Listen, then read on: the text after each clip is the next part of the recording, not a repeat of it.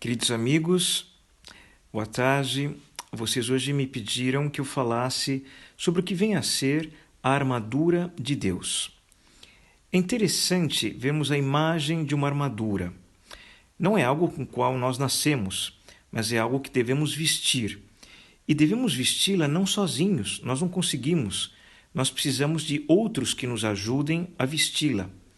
E nesse sentido, nós devemos pedir essa ajuda aos demais e não estarmos sozinhos. A armadura também é algo que nos protege e é algo que nos mantém em pé. Mas do que uma armadura vai nos proteger? De que circunstâncias? Quais são esses inimigos? Esses inimigos são as tentações, são os pecados. Tudo aquilo que nos afasta de Deus, do próximo e também de nós mesmos. Mas para falar da armadura de Deus, é impossível não recorrer a um texto que nos é clássico. Esse texto está em Efésios 6, 10 a 20. Ele é muito interessante porque ele nos diz em 7 palavras como se compõe essa mesma armadura.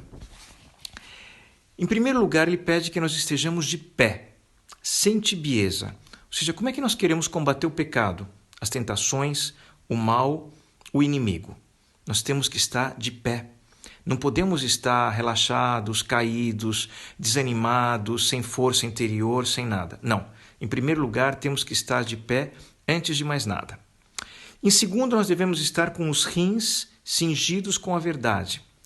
Rins cingidos significa, na literatura bíblica, estar de prontidão, preparados, estar atentos.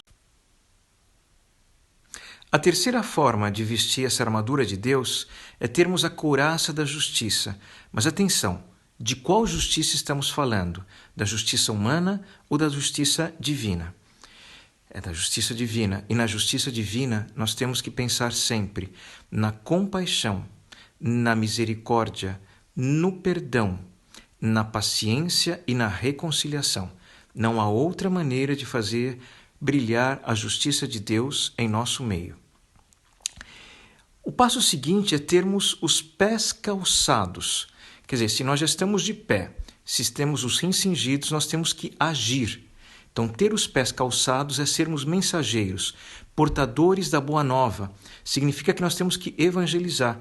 Não importa que nós estejamos de quarentena. Quantas coisas nós podemos fazer mesmo de quarentena? Então, vamos propagar a boa nova também com essa armadura.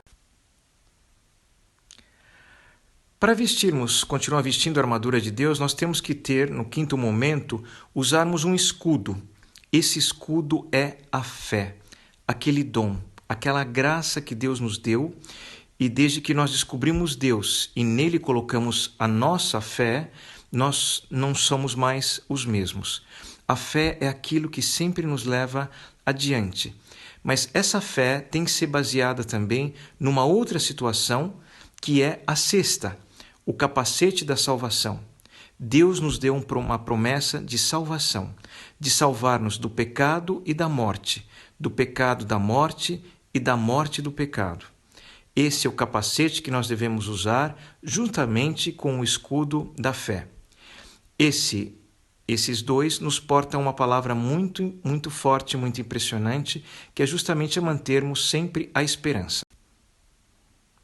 E por que nós devemos, com o escudo da fé e o capacete da salvação, manter-nos firmes na esperança? Porque a esperança, como diz Romanos 5,5, não decepciona, porque foi derramado em nossos corações pelo Espírito Santo. E chegamos, por fim, à última parte da armadura que devemos usar, que é justamente a espada do Espírito, que é a palavra de Deus. A palavra de Deus é o que nós temos de mais importante na nossa vida. Ela é viva e ela é eficaz. Ela é forte, ela nos levanta, ela nos dá a esperança de sermos melhores, de nos convertermos, de termos também sempre a verdade que nos liberta e a liberdade, que é o espaço do amor no caminho da paz. A verdade do Filho, o amor do Pai e a liberdade do Espírito Santo, a Santíssima Trindade em quem fomos batizados. Assim, nesta quarentena, não tenhamos medo. Creiamos somente. Recordemo-nos que o verdadeiro amor afasta todo o temor e usemos e abusemos desta armadura de Deus no combate espiritual contra o mal, contra tudo aquilo que nos separa e que nos divide. E com certeza nós estaremos caminhando na direção que Deus sonhou para cada um de nós, a direção da conversão e a certeza da salvação. Que assim seja e que Deus os abençoe a todos.